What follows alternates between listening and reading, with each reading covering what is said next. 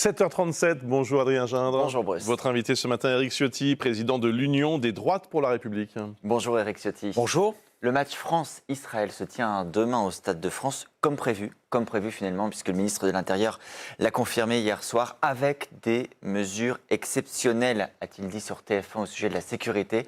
Même le raid sera à l'intérieur du stade. Est-ce que les autorités font ce qu'il faut ? Oui, je le crois. D'abord, c'est bien que le match se tienne.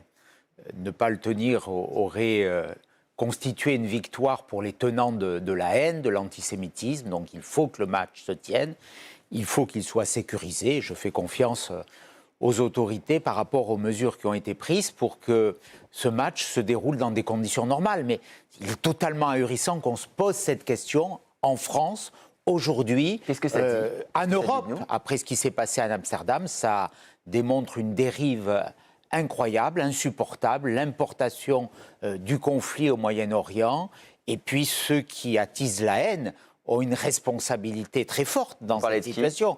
Je parle notamment des Insoumis qui refusent jusqu'à ce jour de nommer les choses, de dénoncer l'antisémitisme, les pogroms qui se sont passés à Amsterdam. Donc c'est une forme de complicité dans ces violences. Ils attisent la haine, ils portent la haine dans l'hémicycle comme dans la rue. La France Insoumise qui aujourd'hui d'ailleurs participe et appelle à s'associer à une manifestation qui vise à protester à la fois contre la tenue de ce match, mais aussi contre la tenue d'un gala baptisé Israel is Forever, auquel devait notamment intervenir à distance ou physiquement un ministre d'extrême droite israélien.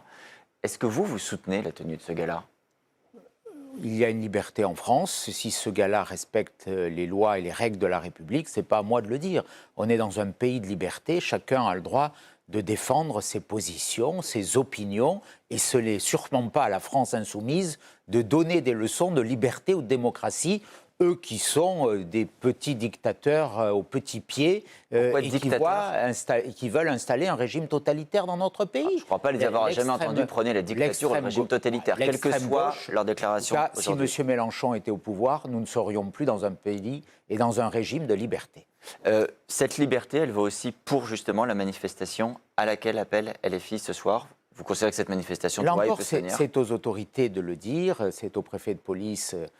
Pour le coup, il n'y a pas eu d'interdiction. Mais la liberté de manifestation est naturellement garantie constitutionnellement en France, mais elle a une limite, c'est la violence qui peut y être prônée, c'est les exactions qui peuvent y être commises, et là, il faudra être vigilant. Et il y aura aussi un gros dispositif de sécurité. Une autre liberté, le droit de grève. Demain, il se trouve que l'autre actualité, ce sera la première journée de grève à la SNCF. Je dis première parce que c'est un ultimatum, disent les syndicats, avant une grève reconductible à partir du 11 décembre. À chaque mouvement de grève, à chaque approche des vacances, on entend des parlementaires dire qu'il faut encadrer ce droit de grève et pourtant toujours rien. Ah oui, parce qu'il faut du courage politique et il faut qu'on s'attaque à ce problème. Cette gréviculture des syndicats de gauche, voire d'extrême gauche à la SNCF, qui est devenu insupportable, que les Français ne comprennent plus quand ils aspirent... Mais là, on se paye de mots en disant ça à chaque fois, on le déplore. Quand ils aspirent à de légitimes vacances, eh bien, il faut agir. Mon groupe va déposer une proposition de loi qui va se baser sur ce qui se fait en Italie, c'est-à-dire interdire la grève pendant la période des vacances de Noël, pendant les 15 jours de la trêve de Noël. C'est quand même indigne de menacer les Français qui aspirent à ce temps de Donc il y aurait interdiction pendant 15 jours de grève et autorisation le reste les du temps. premiers jours et les derniers jours de départ en vacances. D'accord. Voilà, que ce soit pour toutes les vacances scolaires, les jours fériés, et qu'il y ait un service minimum à 50%. Voilà, c'est trois mesures que ça fait beaucoup de restrictions. Oui. C'est une remise en cause déguisée du droit de grève. Parce qu'il y a des jours où très majoritaire dans l'année, vous en conviendrez, où le droit de grève peut s'exprimer, mais le droit de grève doit avoir une limite, c'est la liberté de travailler, de circuler, et je dirais de vivre des Français qui n'en peuvent plus que des gens qui ont un statut relativement privilégié prennent en otage les autres qui bossent toute l'année. Éric Ciotti, vous le faites pour le symbole, pour le message politique, ou vous avez la conviction que ça peut réellement passer à l'Assemblée ? Parce qu'il faut que ce soit inscrit à l'ordre du jour pour être discuté. Il y a des journées qu'on appelle les niches parlementaires où chaque groupe décide. Je crois que vous, la prochaine, c'est en juin prochain pour vous. Ça veut dire que d'ici là, on j'appelle le gouvernement à s'en saisir. Voilà, nous l'avons souvent demandé à LR. je dis à Michel Barnier, allez chiche, on y va. Le gouvernement précédent avait dit c'est inconstitutionnel, on ne soutient pas. Il faut le faire. On peut faire une proposition de loi constitutionnelle. Pour modifier la Constitution. Il y aura une majorité là-dessus. À un moment, il faut faire preuve de courage et il faut arrêter ces dérives. On ne peut pas être spectateur de l'impuissance, de l'immobilisme. C'est pas parce que ça fait très longtemps que ça dure qu'il faut que ça continue indéfiniment.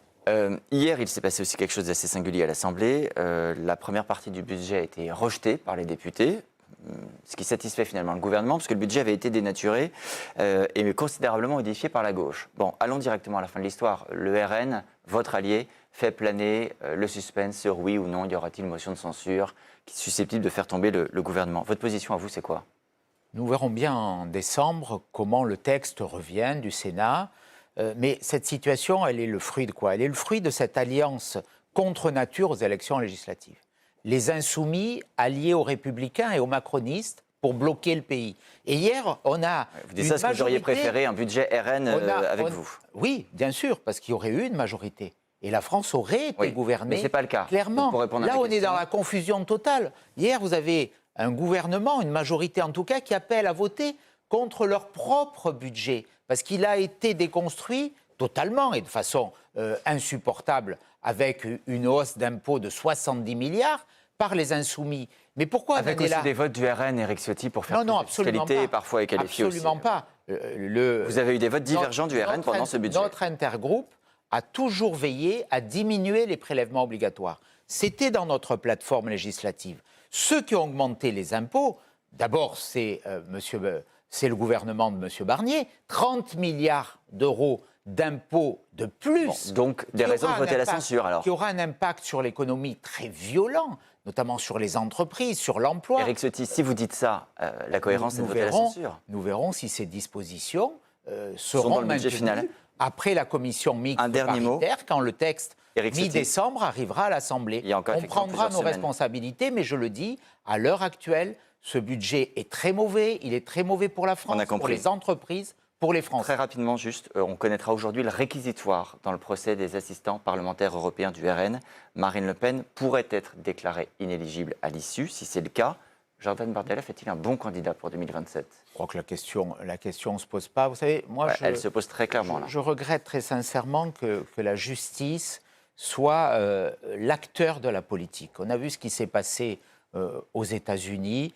Ne mélangeons pas les choses. Et je regrette qu'il y ait aujourd'hui ce mélange des gens.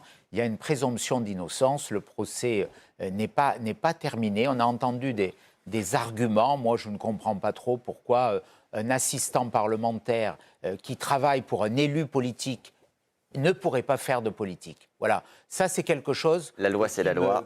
Non, la loi, c'est la loi. La loi, elle s'interprète. On verra ce que les juges en disent. La loi, on verra ce que les juges en disent. Mais dans une démocratie, faire de la politique, c'est noble. On ne doit pas confier cette mission à des technocrates. On voit où ça arrive aujourd'hui. Merci Éric Ciotti, merci Adrien Gindre. Dans quelques instants.